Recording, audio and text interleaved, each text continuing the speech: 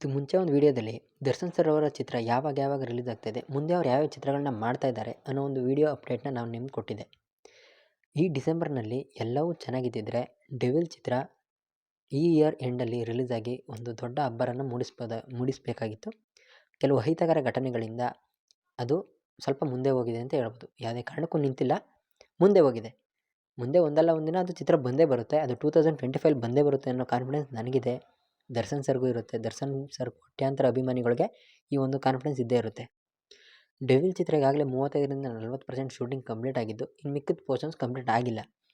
ಈಗ ಹತ್ರದಲ್ಲಿ ಇನ್ನೂ ಒಂದು 2 or 3 ಮಂತ್ಸಲ್ಲಿ ಶೂಟಿಂಗ್ ಯಾವುದೇ ಕಾರಣಕ್ಕೂ ಸ್ಟಾರ್ಟ್ ಆಗೋ ಯಾವುದೇ ಒಂದು ಪ್ರಿಪೇರ್ ಕಾಣ್ತಾ ಇಲ್ಲ. ಯಾಕೆಂದರೆ ದರ್ಶನ್ ಸರ್ ಅವರ ಆರೋಗ್ಯ ಸ್ಥಿತಿ ತುಂಬ ಸ್ವಲ್ಪ ಕಾರಣಾಂತರಗಳಿಂದ ಬದಲಾವಣೆ ಆಗಿರೋದ್ರಿಂದ ಇನ್ನೂ ಅವರು ಆರೋಗ್ಯವಾಗಿ ಮತ್ತೆ ಅವರು ಶೂಟಿಂಗ್ ಅಂತ ತೆರಳೋದು ಯಾವಾಗ ಅನ್ನೋದು ಅವರೇ ಹೇಳ್ತಾರೆ ಅಂತ ಒಂದು ನಂಬಿಕೆ ನನಗಿದೆ. ಸೊ ಅವರು ಡೆವಿಲ್ ಚಿತ್ರಣ ಮೇ ಬಿ ಈ ಡಿಸೆಂಬರ್ನಲ್ಲಿ ರಿಲೀಸ್ ಆಗದಿರೋದಕ್ಕೆ ನೆಕ್ಸ್ಟ್ 2025 ಇಯರ್ ಎಂಡ್ ಅಷ್ಟರಲ್ಲಿ ರಿಲೀಸ್ ಆಗುತ್ತೆ ಅನ್ನೋ ನಂಬಿಕೆ ನನಗಿದೆ.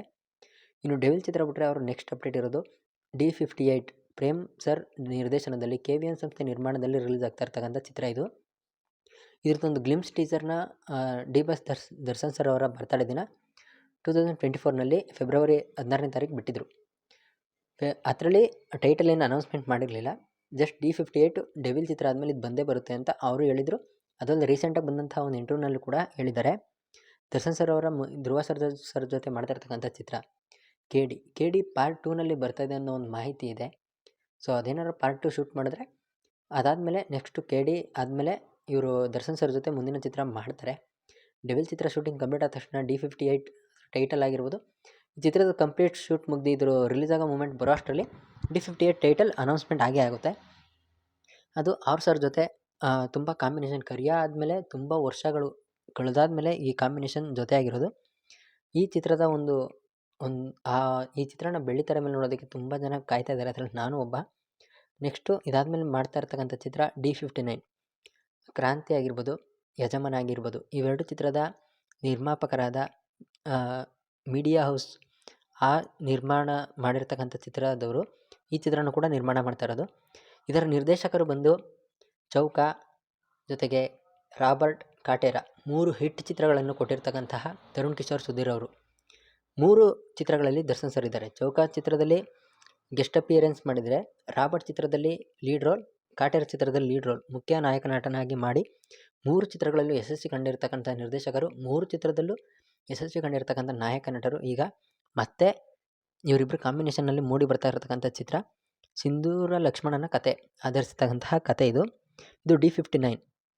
ಮೇ ಬಿ ಇದು ಬರೋದು 2026-27ವರೆಗೂ ಆಗ್ಬೋದು. 27 ಆಗ್ಬೋದು ಅನ್ನೋ ಒಂದು ಗೆಸ್ ಇದೆ.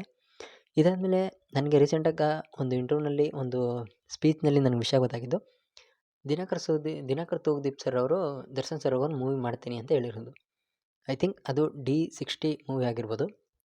ಆ ಮೂವಿ ಬಗ್ಗೆ ಯಾವುದೇ ರೀತಿ ಅಪ್ಡೇಟನ್ನು ಈಗ ಅರ್ಜೆಂಟ್ಗೆ ಯಾರೂ ಕೊಡೋಕ್ಕಾಗೋದಿಲ್ಲ. ಯಾಕೆಂದರೆ ಇಷ್ಟೊಂದು ಮೂವಿ ಲಿಸ್ಟ್ನಲ್ಲಿ ಇರಬೇಕಾದ್ರೆ ಸಡನ್ನಾಗಿ ಆ ಮೂವಿಯ ಬಗ್ಗೆ ಅಪ್ಡೇಟ್ ಸಿಗಲ್ಲ. ಸೊ ಇದು ಫ್ರೆಶ್ ನ್ಯೂಸು. ದಿನಕರ್ ಸರ್ ಅವರು ದರ್ಶನ್ ಸರ್ ಅವ್ರಿಗೆ ಮೂವಿ ಮಾಡ್ತಾರೆ ಅಂತ ಅನ್ನೋದು. ಇದು ಮುಂಚೆಯಿಂದನೂ ಒಂದು ಟಾಕ್ ಇತ್ತು, ನವಗ್ರಹ ಪಾರ್ಟ್ 2 ಮಾಡಬೇಕು ಅಂತ. ಅದೇನಾದರೂ ಬಂದರೆ ದರ್ಶನ್ ಸರ್ ಅವರು ಇದಕ್ಕೆ ಮುಂಚೆ ಒಂದು ಸಲ ಹೇಳಿದರು, ನವಗ್ರಹ ನಾವು ತಗೊಂಡಿದ್ದು ಟೈಮ್ ಸರಿ ಬಂದಿಲ್ಲ ಅಂತ. ಅದೇನಾದರೂ ಈ ಟೈಮಲ್ಲಿ ಬಂದಿದ್ರೆ ಅದು ಚಿತ್ರದ ಕಥೆನೇ ಬೇರೆ ಆಗ್ತಿತ್ತು.